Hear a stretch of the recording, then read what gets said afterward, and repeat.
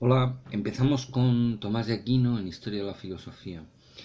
Eh, Empezamos con el problema del conocimiento que incluye la metafísica eh, y entonces decimos que lo primero, dado que Tomás de Aquino es un autor medieval, ya os he dicho que es muy persistente el que enfrentan los medievales siempre el problema de la relación razón-fe. Eh, Tomás de Aquino enfoca este asunto diciendo que fe y razón son fuentes autónomas de conocimiento y que tienen ámbitos autónomos. También hay armonía entre estas dos fuentes de conocimiento y también hay una cierta subordinación de la razón a la fe porque ésta puede actuar como norma extrínseca negativa de la razón cuando la razón razone saque conclusiones que contrarían la fe. Entonces la fe diría a la razón: estás equivocada, tienes que empezar a razonar otra vez. No le va a decir cómo, pero sí que tiene que volver a empezar porque su conclusión es contraria a la fe.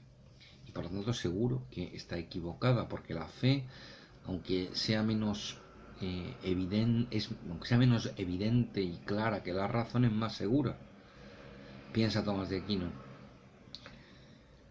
La armonía se muestra claramente en lo que se llaman los preámbulos de la fe, que son verdades que son comunes a la razón y la fe. Por ejemplo, la existencia de Dios, que tanto se puede creer como demostrarse a través de la razón, sin ayuda de la fe.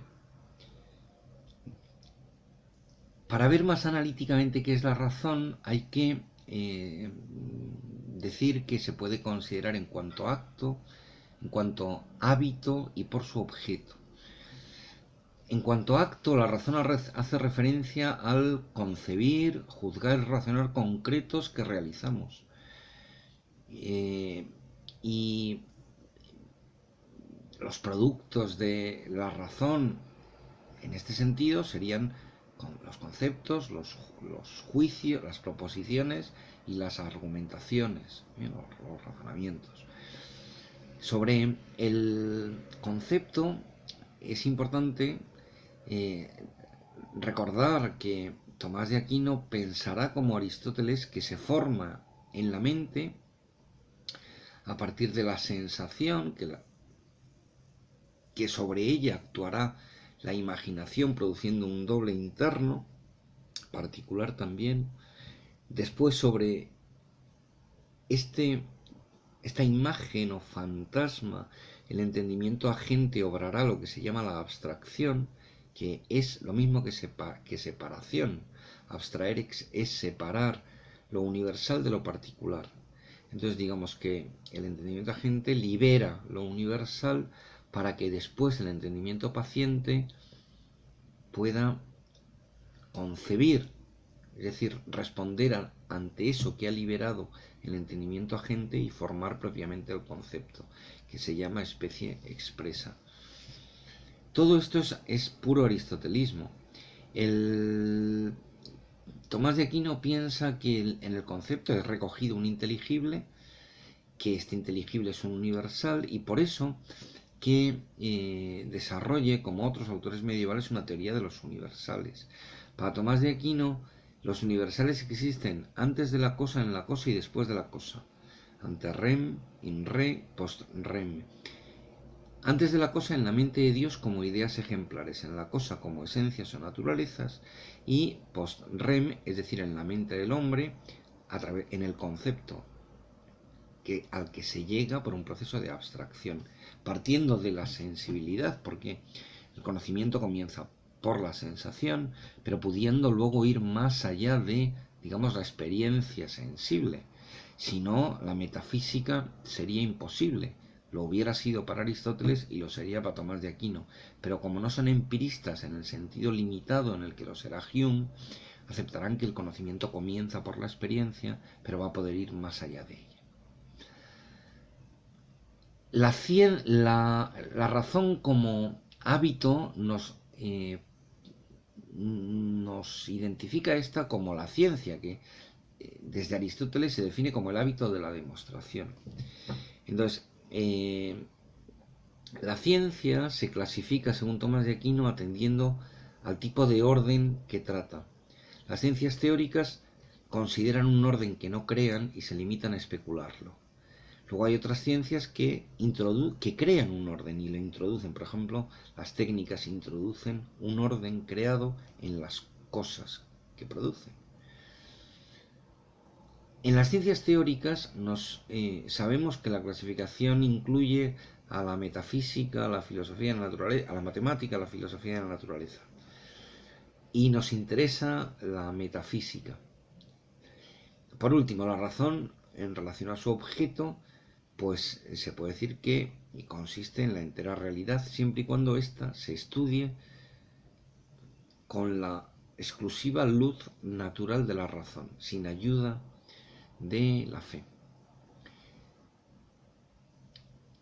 La metafísica en Tomás de Aquino es la ontología y la teología, las dos cosas. Y lo que conoce la ontología es el ente en cuanto ente. Y mejor identificar este estudio con el ente creado, es decir, este estudio del ente creado en cuanto ente. Porque aunque Dios se puede tratar también como ente, es mejor dejar el capítulo de Dios estrictamente en la ontología. Aunque el estudio de Dios es parte de la ontología, también de la teología, pero nosotros de lo que vamos a hablar en la ontología es básicamente de el ente en cuanto ente creado.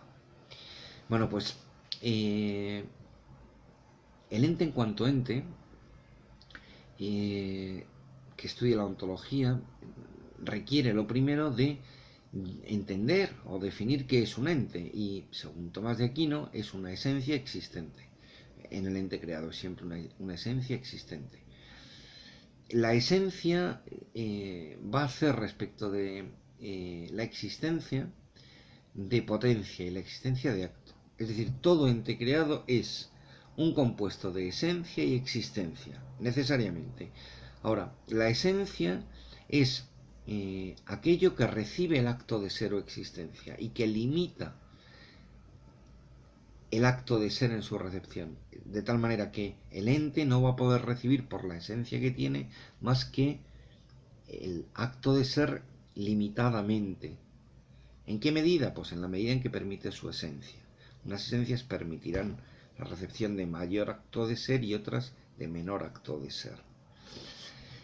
La esencia en el ente creado, si este es material, incluirá tanto la materia como la forma.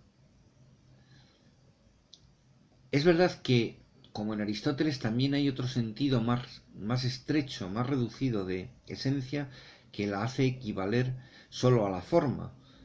Pero en un sentido novedoso, en Tomás de Aquino, esencia es equivalente a materia y forma, en el ente creado material, por ejemplo en el ser humano, que es material y es un compuesto de esencia y existencia, y respecto de la esencia, en un sentido de la palabra esencia, incluye tanto la materia como la forma. En otro sentido más restringido, haría referencia obviamente a la humanidad, es decir, a la forma. Hay entes creados que no son materiales y en ellos la esencia es la forma sola. Por ejemplo, los ángeles, que al no tener materia además no tienen principio de individuación y por eso que cada coro angélico sea un solo ángel. Después tenemos el acto de ser, la existencia, que es aquello que va a ser recibido por la esencia en la medida limitada por la esencia y que dice Tomás de Aquino que es un acto último, no determinante, que es solo actualizante, que es el más estable, el más hondo del ente. Bien, de este modo, si os dais cuenta, tenemos una jerarquía de la realidad en donde encontraríamos quiero decir, en donde podríamos pensarla desde la pura potencialidad de la materia prima hasta Dios, que es acto puro. En Dios la esencia y la existencia coinciden, no es un ser compuesto. Su entidad no es la de un compuesto, en la medida en que su esencia y su existencia son lo mismo. Justamente por eso, como la esencia y la existencia en Dios son lo mismo, la existencia no tiene restricción, es ser irrestricto. Es el ipsum esse subsistens, el ser mismo que subsiste por sí mismo, que dirá luego Tomás de Aquino en uno de los atributos entitativos. Bueno, por último, las propiedades trascendentales del ente hacen referencia a que todo ente es algo, todo ente es bueno, todo ente es verdadero, todo ente es una cosa, la coseidad, la licuidad, la bondad, la verdad de la ontológica es equivalente a la entidad. Son términos intercambiables. Bueno, pues hasta aquí la ontología. Ahora dentro de la metafísica. Luego os...